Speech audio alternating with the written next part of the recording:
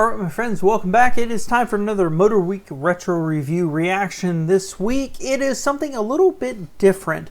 So I've had a comment on one of my videos which says that when I look at these retro reviews that, quote, I don't like anything. And I think my wife would disagree because she feels I like everything and I'm overly critical on some of these. So this week, instead of picking something I was truly interested in, I decided to go for something that I absolutely 100% know there's no criticism, there is no fault with this vehicle. It is absolutely perfect and I can't say anything negative about it. It is the '89 Eagle Talon TSI. Let's get into it.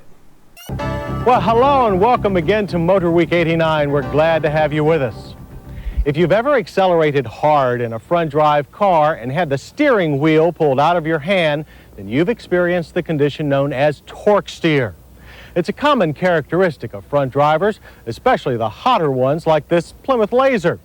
The folks who designed the Laser and its sibling, the Mitsubishi Eclipse, recognize this, and they have a solution. Put the power through all four wheels. The four-wheel drive option will be available on the Eclipse as well as Eagle's new Talon. And it's that Eagle Talon TSI that's the focus of this week's road test. So let's talk about the styling up front. I love it.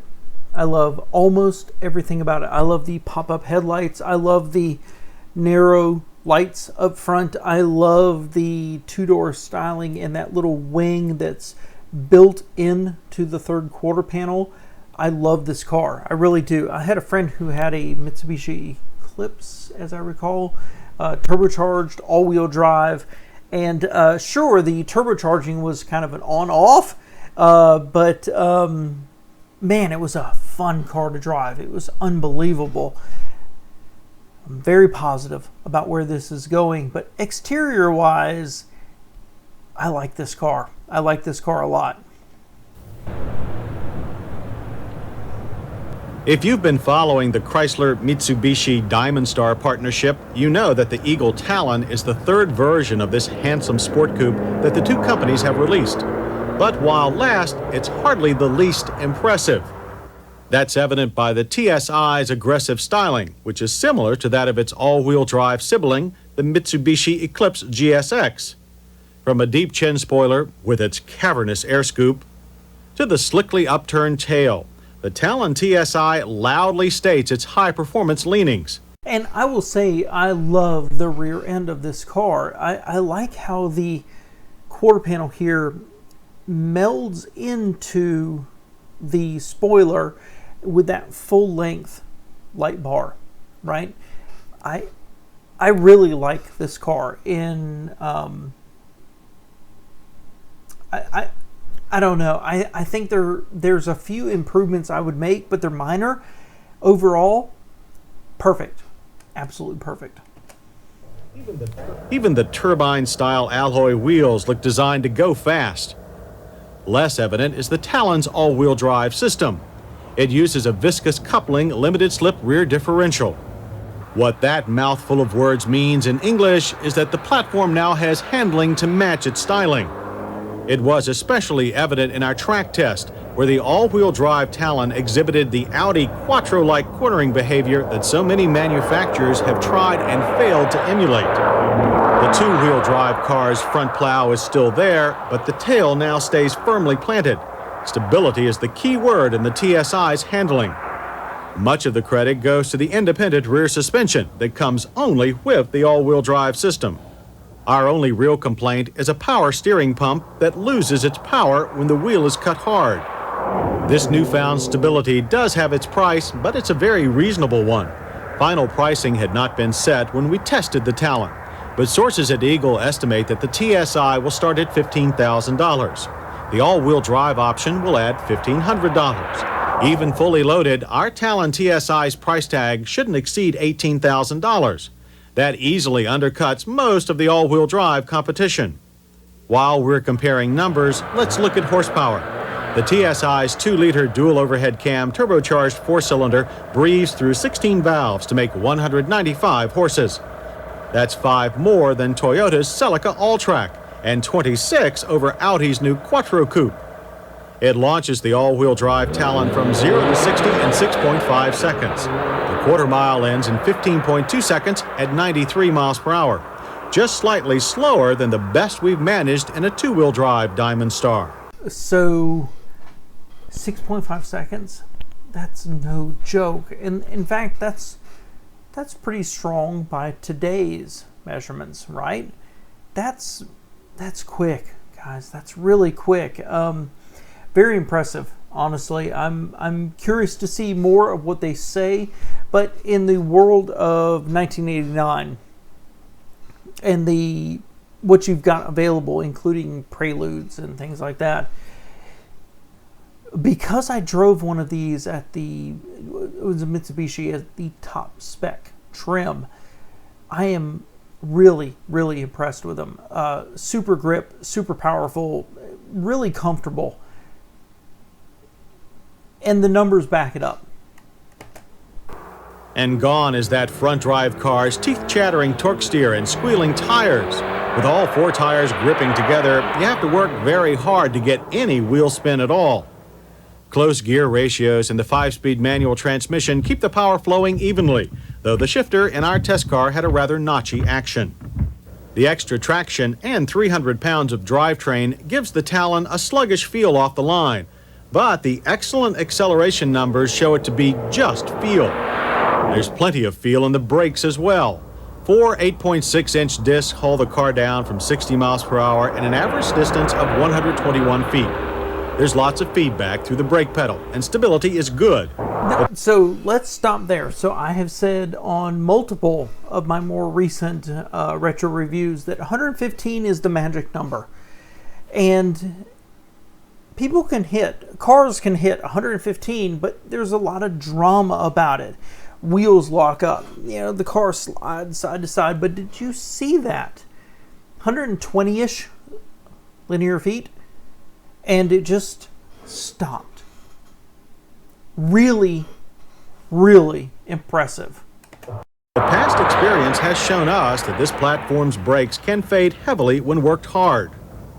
The Eagle's interior design is identical to that of its Plymouth and Mitsubishi siblings. It's the same varied approach to textures, but our Talon exhibited a much more harmonious blend of colors than the Laser or Eclipse. Colors aside, this dash design remains one of the best in recent memory. So let's jump in here before they say anything else. I like it. I don't love it. I like it a lot. The steering wheel is clean, big gauges, lots of gauges,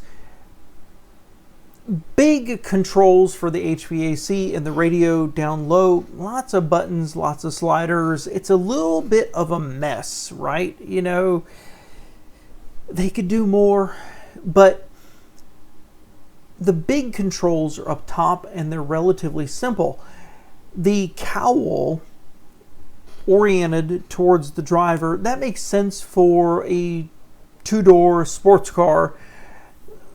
Oh my gosh, I have to admit, the slanted vent right there, I will never be able to unsee it. That's just not right. But overall, very clear, very obvious gauges. And in my experience, when I drove one, that was it. You drove, you pressed a button, you turned a knob. It just worked. It worked so well. Its efficient driver-oriented controls and clear, comprehensive gauges can't be beat. The optional leather seats are comfortable and well padded, with a wide array of manual adjustments. While the seat bottoms are short for taller drivers, our only real complaint is about the great-sounding stereo. The many tiny buttons are confusing. The same cannot be said of the large heat and ventilation controls, which are as idiot-proof as they get. Rear seating is for children only. Most people will probably just fold the split rear seat back down to make cargo space. They'll really have little choice. The extra bulk of the all-wheel drive system has forced the spare tire up into the cargo bay, cutting useful space by 50%. Fuel mileage estimates for the Talon TSI all-wheel drive are 20 city, 25 highway. Our mixed test loop returned only 20 miles per gallon. Interior noise fared better with a moderate reading of 68 decibels. In our safety check, the Talon passes with front passive restraints and rear shoulder belts, but it lacks anti-lock brakes. One of its main competitors, the Toyota Celica All-Track, does have anti-locks, but it's also a lot more expensive. The Celica isn't as quick as the Talon, but offers similar luggage and interior space.